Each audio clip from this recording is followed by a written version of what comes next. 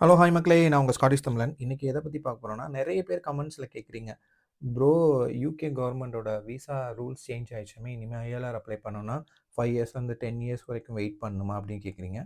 என்னைய கேட்டீங்கன்னா, என்னோட ஒப்பீனியன் அதெல்லாம் எதுவுமே இல்லங்க. இன்னைக்கு ரிலீஸ் ஆனது ஜஸ்ட் ஒயிட் பேப்பர் தான். இது வந்து லா கிடையாது. ஸோ இதுக்கப்புறம் பார்லிமெண்ட்ல எடுத்துட்டு போய் லா பாஸ் பண்ணி, அதுக்கப்புறம் அந்த ரூல்ஸ் இம்ப்ளிமெண்ட் ஆகுறதுக்கு it will take few months actually. அதில மேஜரா இன்னைக்கு பண்ண சேஞ்சஸ் எதுவுமே ஐஎல்ஆர பத்தி அவங்க சொல்லவே இல்ல. அவங்க சொன்னது வந்து இங்கிலீஷ் ரெக்யர்மென்ட் வந்து இதுக்கு முன்னாடி 2017க்கு முன்னாடி எப்படி இருந்ததோ, அதில வந்து ஆர்க்யூஎஃப் லெவல் 6 அண்ட் எபோவ் இருந்தது.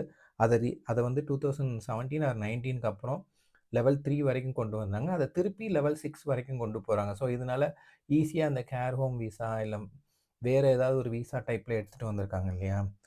அவங்கலாம் கொஞ்சம் ஈஸியா உள்ள வந்துட்டாங்க வித்தவுட் இங்கிலீஷ் நாலேட்ஜ். அத ரெஸ்ட்ரிக்ட் பண்றதுக்கு அவங்க திருப்பி அந்த லெவல இன்க்ரீஸ் பண்றாங்க ஒழிய, மத்தபடி வேற ஒரு பெரிய மேஜர் சேஞ்சஸ் இல்ல. அதே மாரி பாயிண்ட் 71 நீங்க படிச்சு பார்த்தீங்கன்னா கிளியரா போட்டிருப்பாங்க. அதுல என்ன போட்டிருக்காங்கன்னா, எக்ஸிஸ்டிங் ஸ்கில்டு ஒர்க்கர்ல இருக்கவங்க ரினியூ பண்ணிக்கலாம், எம்ப்ளாயர் சேஞ்ச் பண்ணிக்கலாம். நீங்க அப்படியே கன்டின்யூ பண்ணிக்கலாம். Even below RQF 6.0 as well. This rule is applicable only to new visa change holders தான். யாரெல்லாம் புதுசா விசா வாங்க போறாங்க, யாரெல்லாம் புதுசா விசா அப்ளை பண்ண போறாங்களோ, ஸ்கில்டு ஒர்க்கர்ல அவங்களுக்கு தான் இந்த லா.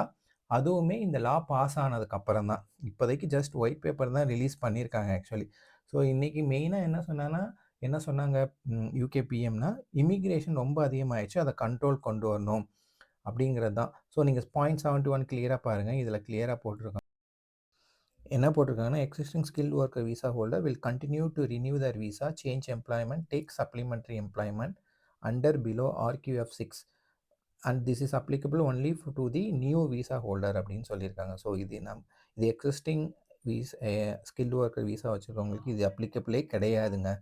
அதுக்கப்புறம் ஐஎல்ஆர் ரூட் 5 to 10 இயர்ஸ் அப்படின்னு சொல்கிறாங்கன்னா, அதுவும் எனக்கு தெரிஞ்சு என்னோட அண்டர்ஸ்டாண்டிங் நான் என்ன பர்சனலாக ஃபீல் பண்ணுறேன்னா, அது நியூ விசா ஹோல்டருக்கு ஒரு பேர் உங்களுக்கு தெரியும். இதுக்கு முன்னாடி நமக்கு வந்து ஐசிடின்னு இருந்தது. அதுக்கப்புறம் குளோபல் மொபிலிட்டி விசான்னு மாறுச்சு. அதுக்கப்புறம் நமக்கு யூகே டயர் 2 ஜெனரல் இருந்தது. அதுக்கப்புறம் ஸ்கில்டுன்னு மாற்றினாங்க. அது மாதிரி ஒரு விசாக்கு ஒரு நேம் சேஞ்ச் பண்ணி தான் அந்த ரூல்ஸ் கொண்டு வருவாங்க. இதுதான் என்னோட பர்சனல் அண்டர்ஸ்டாண்டிங். நிறைய யூடியூப் சேனலில் சும்மா பயமுறுத்துறாங்க. நீங்கள் முதல்ல அதெல்லாம் கவனிக்காதீங்க.